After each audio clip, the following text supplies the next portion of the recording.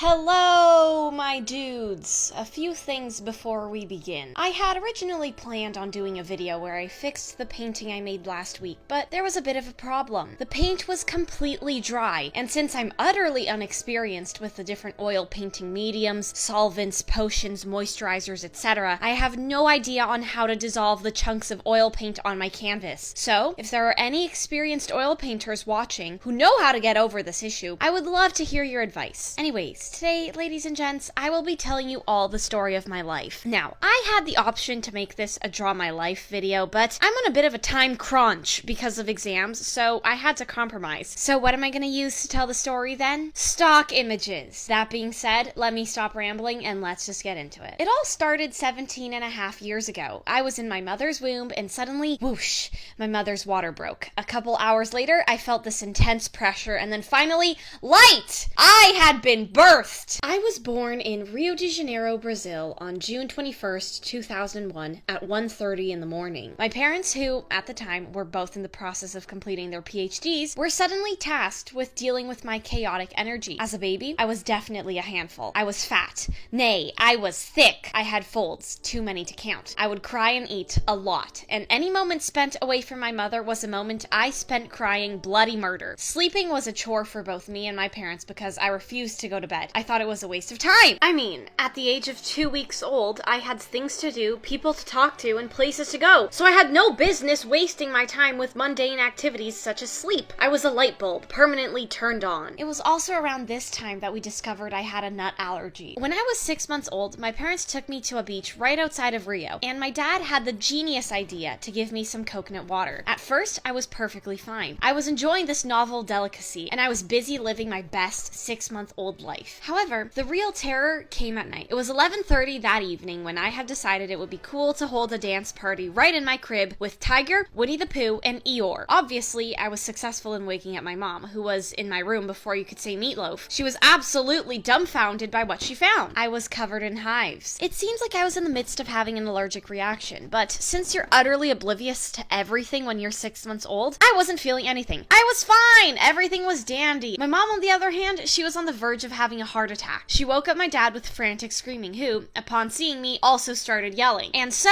I was yeeted into our little motorized carriage and off to the pediatrician we went. I was poked, scratched, and scraped before they came to the conclusion that yes, I was deathly allergic to nuts. If you're wondering, yes, I've never had Nutella or peanut butter. Flash forward about 1 year later. My dad was finishing up his PhD when he suddenly got a job offering in Toronto as a university professor. So he went up to spend some time there. Now, Brazil and Canada are two very different countries. Brazil was and still is a heavily corrupted and dangerous place. If you find yourself in a favela, good luck, buddy, and I hope you have the Punisher on speed dial because he's the only one capable of saving your butt. You can't even walk the streets with a phone in your back pocket because someone is gonna come and Swiffer swipe it from you. So when my dad found himself in Canada, let's just say he might have experienced the rapture. I mean, streets where the traffic is not a literal death sentence, that was a novelty to him. So when my dad returned from his stay, he practically already had the immigration papers signed and his bags were packed. After another 2 months of filing papers and doing interviews, we were in the land of the moose. At this point, I was approximately the size of a large platypus, and I weighed about the same as a chicken. I was already slimming down. My beer belly was quickly becoming smaller and smaller. My diet consisted of chicken, broccoli, and various other vegetables thrown into the blender to make a sister smoothie from hell. My parents were quickly getting used to the workings of this foreign land, and my dad was beginning his reign of terror as a university professor. He teaches food and nutrition for all you curious birds wondering. We were living on the campus of the university until we found somewhere to stay. By the age of 4, we had moved into a regular apartment. My dad had already established himself as the supreme ruler of the health department at his university. My mom, she was busy being the dictator, president of the household. Me, on the other hand, I was getting ready to go on a journey. It was at this point that my academic career began. On September 9th, 2004, I walked into my new preschool playground, decked out in my pink Gap sweatsuit, and needless to say, I was instantly deemed the queen of the 4-year-olds. I was the leader of my own cult, and my disciples were constantly at my command, ready to feed me grapes. The teachers, I didn't obey their orders. They obeyed mine. This was my kingdom. Okay, that's a bit of an exaggeration. Although preschool was generally fun, I did have quite a few bumps in the road. I was bullied quite a bit, mostly because I was smaller than everyone, but don't worry, I wasn't really that offended. Nap time, though, was still a struggle for me. While everyone was blissfully asleep, I was busy staring off into the ceiling and thinking about what game I was going to play with my Barbies once I got home. Snack time, on the other hand,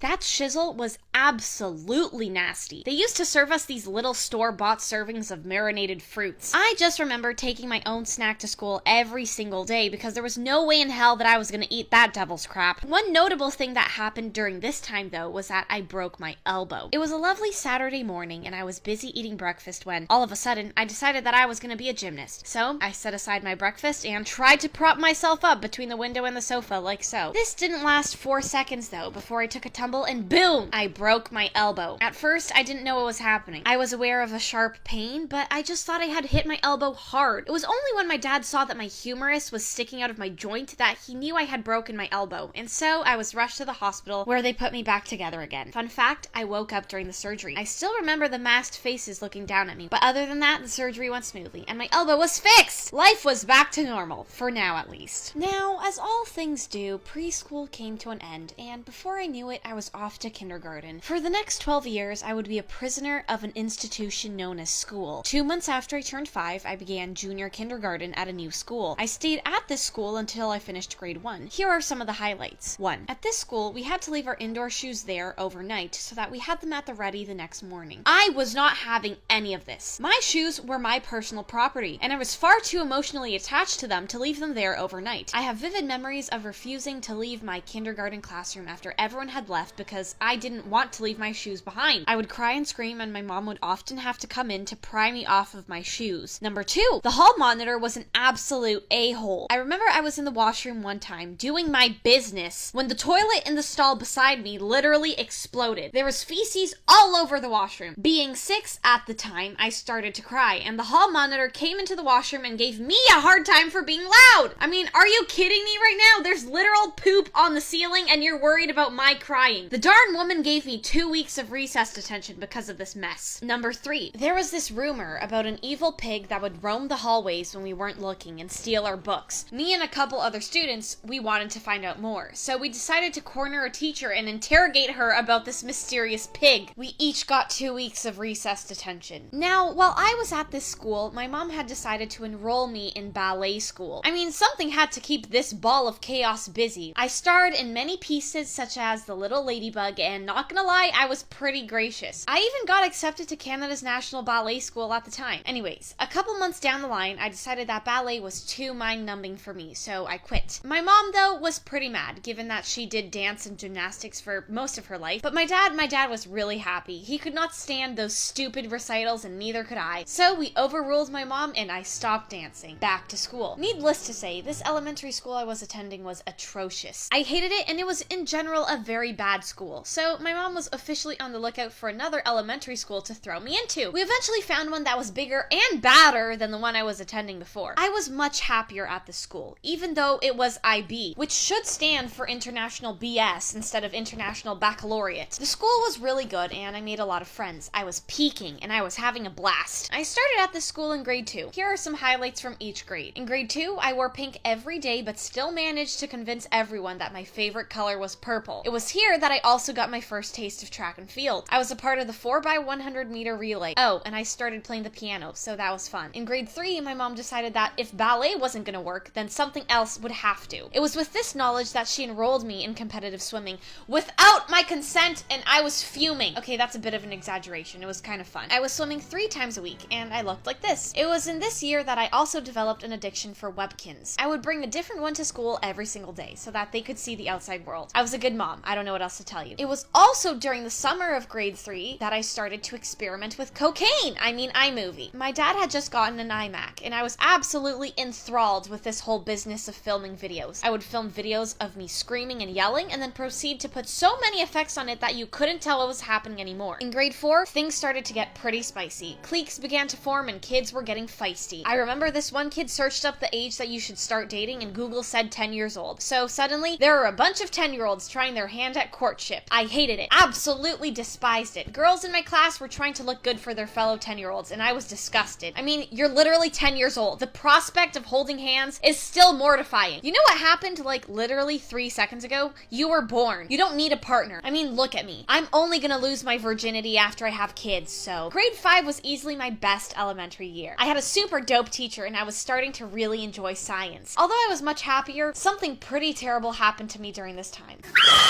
For reasons still unknown to me, a demon possessed my parents and they enrolled me in Kumon. They felt as if I was not getting enough practice at school, so I was thrust into the Kumon math program. Was I okay with this? Hell no! But when you're 11 years old, you really have no other option than to shut up and bow down to your parents. So for the next 6 years, I mindlessly completed those little 4-page booklets while simultaneously wanting to shoot myself. I even have the massive example books to prove it, but that's getting ahead of the program. Back to elementary school. Grade 6 began and it was honestly pretty smooth. I was still swimming competitively and my practices were starting to ramp up. I was swimming 5 times a week. Also, it was at this time that I decided to live on the wild side. So I decided to make an Instagram account without my parents knowing. Now, mind you, I had never once been on social media, so I didn't know how it worked. This went on secretly for maybe 6 months before my mom found out. Obviously, she immediately made me delete it. Later that year, I graduated elementary school with this dress from Abercrombie Kids, and before I knew it, I was whisked off to junior high school. Now, junior high school was probably the worst time of my life, so I'm not going to spend much time on it. All you have to know is that I was bullied a lot, but what made it different from elementary school was the fact that it had gone to the online world, if you know what I mean. I didn't know how to deal with this, so I felt angry all the time. While all of this was happening, I was swimming 9 times per week, still working away at Kumon, which only got harder as I advanced through the levels, training for school cross country with my dad, and trying to keep my marks up at an IB school. I mean, I still got through it, the bullying eventually stopped, I was still on the honor roll, and I was still running and swimming well, but it was really tough. Anyways, I'm not gonna sit here and ask for pity because I'm over it, and I hate it when people talk about their bullying experiences as if that makes you instantly entitled to sympathy, so moving on. Probably the only good thing that came out of this experience was the fact that I started watching YouTube. I know, cliche. At the time, I would only watch PewDiePie. I also turned into a bit of a bookworm, but that's besides the point. This is where things got a lot better. In grade 9, I started to take cross country and track and field more seriously, which led me to ultimately quit swimming for running. I took my first ever art class at school, which proved to be extremely fun even though I had no idea what I was doing. And to be honest, I still don't. I read the entirety of the Harry Potter series in 2 months. And at the time, my favorite song was Outside by Calvin Harris. What I was thinking, I have no idea. At this point though, I was not watching YouTube that often anymore because I didn't have the time. In grade 10, I started running full time, if you will. No longer a swimmer, I was running with a team and I was having a blast. However, I discovered that I was incredibly prone to injuries. Since 6 months into training, I got my first ever stress fracture. It was at the end of grade 10 that I also finished the entire Kumon math program. My brain was fried, but it did make high school math much easier. I also discovered Tame Impala, and let me say, my life has never been the same since. Grade 11 came around. I was still at my prime! I started to really enjoy physics and math, but still hated English with a burning passion of 1,000 suns. I also won 2 OFSA gold medals for swimming, and I still don't even know how that happened, but whatever. One bad thing did happen though. My Achilles tendon decided to end it all. Right before track season, we were on the indoor track running a fun tempo workout when, all of a sudden, my Achilles tendon felt like it was on fire! And that was it! There went my track season! So, as most of you know, while I was injured, I decided to make this YouTube channel in order to not go absolutely insane without running. And now, we're here! Let me just say this. As mentioned before, I had never really watched YouTube that often. Sure, I watched PewDiePie from time to time, but other than that, I would discover creators quickly and then stop watching them after maybe 2 months. So this is something that I never thought I would be doing. My family values education above all else, so YouTube seemed completely out of the picture. I had never even had social media, well, except for that one time in grade 6, so I truly have no business being on the internet. But lo and behold, I have created a mess that you guys are subscribed to, and one that has brought me endless fun. So where does this leave me now, you may be wondering? Well, at the moment, I'm in the middle of my final year of high school. Yes, senioritis is hitting me very hard, and I'm getting ready to study physics next year in Toronto. Am I running at the moment? No. Why? Let's say it together, everyone! Because I'm injured. And my friends? Do I have any? That's funny. My parents are my best friends. And you guys, but that's besides the point. In conclusion, ladies and gentlemen, I hope you enjoyed this video. I hope it answered all the questions you had with respect to who I am. If you stayed until the end, thank you so much. I love you guys more than you could imagine, and I will see you in the next one.